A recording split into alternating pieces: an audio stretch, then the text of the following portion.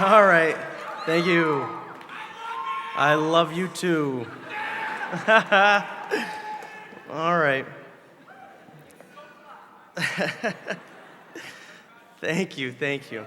I have to be honest. I thought the teachers were going to wear caps, and I don't get that many opportunities to cover my bald head, and I was really planning on wearing a nice cap.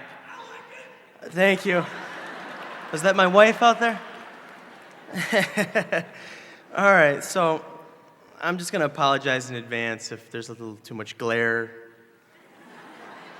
Try to keep the handkerchief moving here. I'm honored to be able to speak to all of you tonight alongside my friend, Mr. Salisbury. I want to thank all of you for this tremendous honor.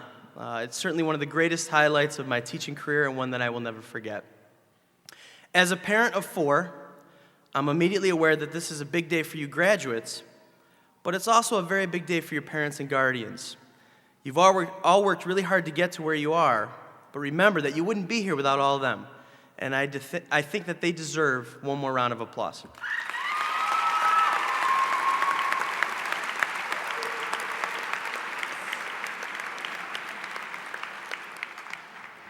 All right, now while you're in the clapping mood, I want to ask you to help me do something that I think will be kind of fun. My wife and my oldest son, Nicholas, are here somewhere. Rita, honey, are you out there somewhere? Out there somewhere. And what I'm going to do is I'm going to announce my son Nicholas's name like he just won some major award. And I want you guys to just rip up into applause. Will you do that for me? All right, you got to do it, though, because if you leave me hanging, I'm going to look stupid up here. All right, so are you ready? Okay.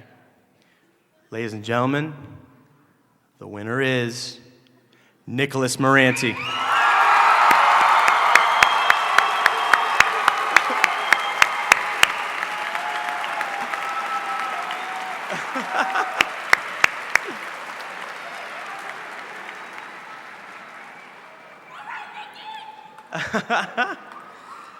Thank you. He's never going to forget that, and I know I never will either.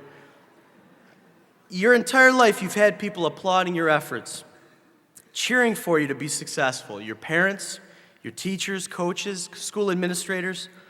And there are 5 quick little lessons that I want to share with you tonight. Lesson 1, you just demonstrated for all of us. It's important to feel special. Every single one of us here has unique gifts to offer the world. Over the years, you've heard many rounds of applause to help you get to this point in your life. But what will you do if the applause stops? Your parents and family will always love you and worry about you, and if you're lucky, you'll have supportive teachers and employers down the road.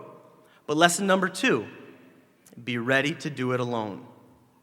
Could you imagine working with some classmates on a project in college, and your mom's sitting in a chair behind you, and she's clapping every time you say something?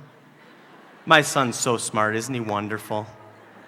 And you'd have to explain to everybody, oh, never mind her, that's just my mom, she follows me around and claps for me. When it gets tough and you feel a little lonely along the way, that's when you have to remember how loud this crowd was for little Nicholas. And you got to channel that enthusiasm towards your own efforts. I spent a short time at SUNY Geneseo where the male to female ratio was 1 male to every 4 females.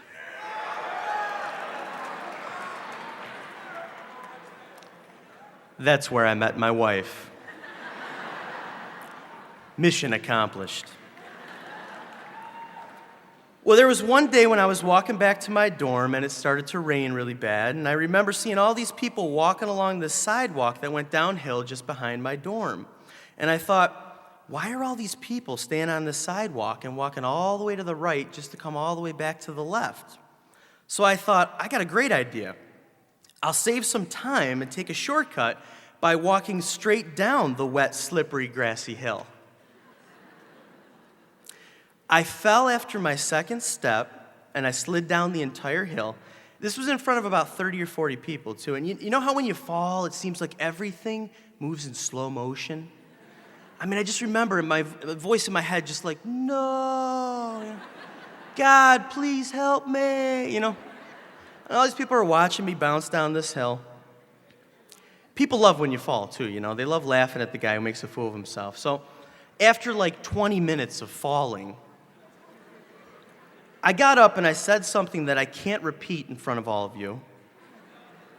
And then I limped into my dorm completely covered in mud. But I'll tell you, on the next rainy day, I stayed on that sidewalk. And I walked all the way to the right and all the way back to the left. Lesson number 3, shortcuts don't pay off. You're going to have to work hard in this life to get somewhere, but I'll tell you, it'll be so gratifying when you find success, knowing that you truly worked hard to achieve it. Lesson number 4, find a way to recognize your individuality. What makes me unique? Some of my students know. My crooked pinkies. Yeah, I have crooked pinkies. It's okay. Don't be afraid of them. It's the way God made me. I should take a minute and just let you know that the restrooms are down around the corner to the left, down around the corner to the right.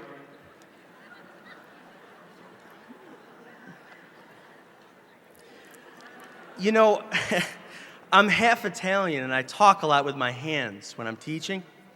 And it's usually around October sometime. I'll be teaching a lesson and I'll see these kids just following my hands. Yeah. And they'll start sort of whispering to each other. And it's typically the kid with like 5 or more piercings who looks at my pinkies and just goes, cool. The polite kids suddenly become very busy flipping through their papers and notebooks, and they'll do anything just to avoid eye contact. They're looking all around. And then there's always one girl who sums up the whole experience with one profound syllable. Ew. My all-time favorite was a girl who said, and I quote, "Oh, I wish you never showed me them. Now every time I see them, I'm going to get sick to my stomach." When I was in kindergarten and I traced my hand to make a drawing of a Thanksgiving turkey, yeah, and everybody wanted to know what happened to that last little feather on the turkey, my parents reminded me that I was unique. Just like my little ugly turkey. And finally, lesson number 5. Remember that each one of you has something to offer society. Some of you in this graduating class honestly believe the only way you'll ever be happy is if you make a lot of money. Some of you sitting here believe in your hearts that you are the next American Idol. Some of you can't wait to play in the NFL or the NBA, and some of you are scared to death right now because you have no idea what you want to be. But I got news for you. It's okay. You still have time to figure it all out. It's okay to be uncertain. It's okay to change your mind. And you know what? It's even okay to fail. Some of our greatest failures lead up the steps to some of our greatest successes. Don't let anything distract you from your purpose in life, because if you lose faith in yourself, and you settle for less than what you truly desire, you'll regret it for the rest of your life. You're not all going to be star athletes, singers, surgeons, or scientists, but you owe it to yourself and society to live up to your full potential. Push yourself to the limit, and you may actually surprise yourself. It reminds me of one of my favorite quotes. If you refuse to accept anything but the best, you very often get it. Don't settle. Don't ever settle. You got to believe in yourself. Under my parents' care and guidance, I experienced a wonderful childhood that prepared me for all the difficulties of adulthood that lay ahead. They taught me the importance of believing in myself. I wish you all the very best that life has to offer. I pray that you will all live up to your own measure of success. Some people know what they want to be very early on in life, and they walk a very straight path to get there. Some of us have to modify and adjust along the way. We have to walk a path that's a little, I don't know, what's the word I'm looking for? Crooked. It's okay if there's a little bit of a bend in the road. And so as I leave you here today, I want to thank you once again for giving me this wonderful opportunity to share my thoughts with you. Ladies and gentlemen, I'd like you all to join me this time as I announce, and the winner is the class of 2008. Thank you. God bless.